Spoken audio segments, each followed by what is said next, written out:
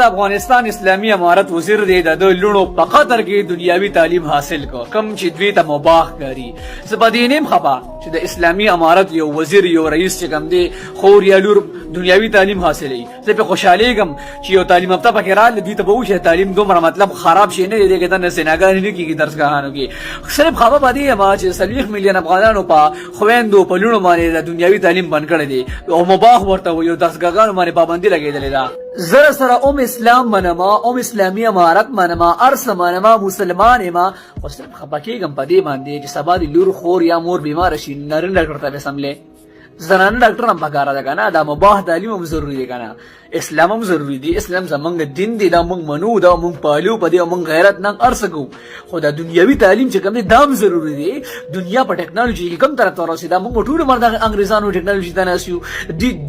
دي شیز ایجاد کی او سیس چې کوم دی دنیا ته معرفي کې نه پاګیا بیا مونږ مسې کو خپل مونږ سره کو دا مونږ راغلی سره یو لکه مطلب سره په